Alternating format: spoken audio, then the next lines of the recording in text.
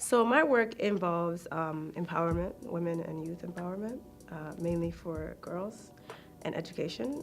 I work with UNICEF as well to just advocate for that, because I think sometimes people think that because we have entities like the United Nations in our countries that we're set, like there's nothing going on, and just to share the stories of women whose voices may never be heard, or to tell what's going on in a local community, also women entrepreneurship and that, but also to let people know that we are people who are still alive and we're thriving and we're doing everything that we can to get out there and get our stories out there.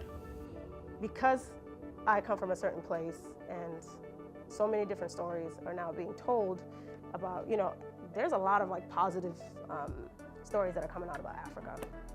And I think it's that time that we all should, obviously control our narratives, but also embrace it and support each other. South Sudan Unite is important to me because I wish I would have had this when I was younger. This was something that was missing in our communities.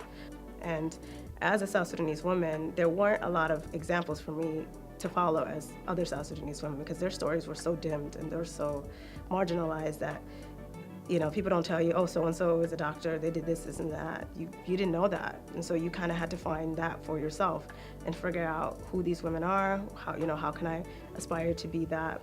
And it's very important because you bring a certain light to situations, and people see you as a face of a culture.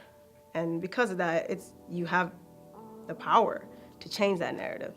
And I think that's important, to control that narrative.